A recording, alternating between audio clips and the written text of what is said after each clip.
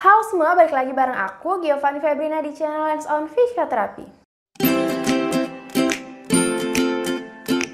Untuk video hoki kali ini, aku akan bahas tentang ankle and foot.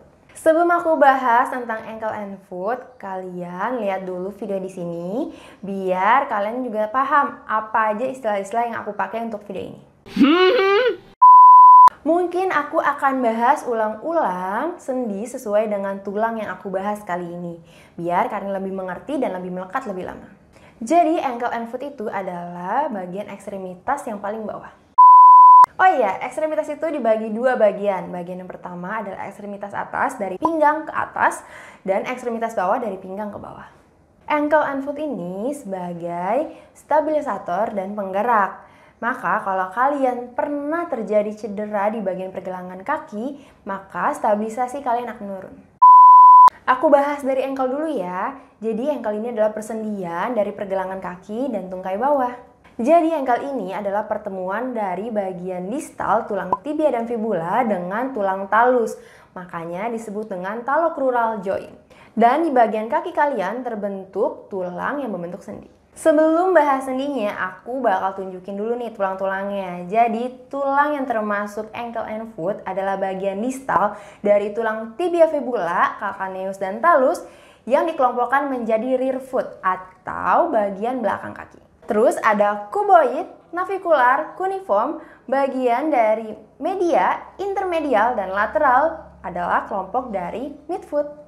Dan yang terakhir ada metatarsal dan palang yang terdiri dari palm proksimal, medial, dan distal yang dikelompokkan menjadi forefoot atau bagian depan. Oke, aku bahas satu-satu ya. Yang pertama adalah tulang talus. Tulang ini adalah bagian paling atas dari kaki. Ini yang tadi kita bahas di regio ankle. Tapi kalian harus ingat, kalau dia sudah bergabung dengan medial malleolus tibia dan lateral malleolus fibula, maka disebutnya dengan sendi ankle. Kalau cuma talusnya aja, ya disebutnya tulang. Yang kedua, ada calcaneus, yaitu sering kita sebut dengan tumit. Dan calcaneus ini adalah tulang terbesar dan yang terkuat di bagian kaki. Permukaan anterior dari calcaneus dan posterior dari cuboid membentuk sendi, yaitu calcaneo-cuboid joint. Yang ketiga, kita masuk di bagian midfoot, yaitu navicular. Bentuknya seperti kapak kecil. Bagian proksimalnya dibentuk dengan sendi talus, bagian lateralnya dibentuk dengan cuboid, dan bagian distalnya dibentuk dengan 3 cuneiform. Yang keempat, cuneiform. Ada 3 tulang cuneiform, yaitu ada medial, intermedial, dan lateral. Tapi ingat, jangan salah karena banyak yang ketukar cuneiform medial dan lateral. Tempatnya ada di antara tulang navicular, yaitu tulang metatarsal 1, 2, dan 3, dan di bagian medial dari tulang cuboid.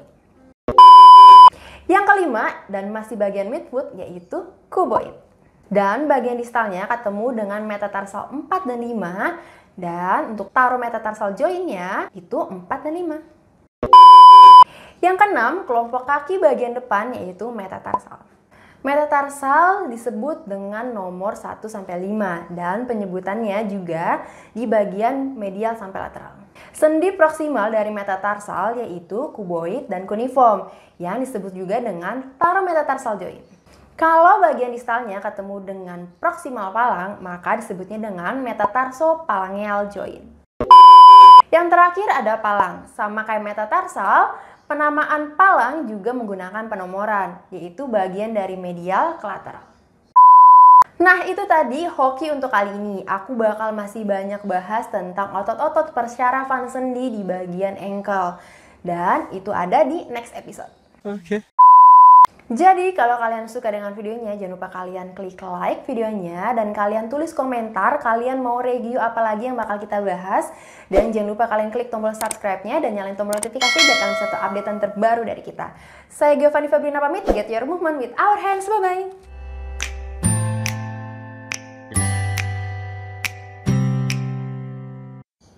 Tempatnya ada di tulang navicular, yaitu tulang metatarsal 1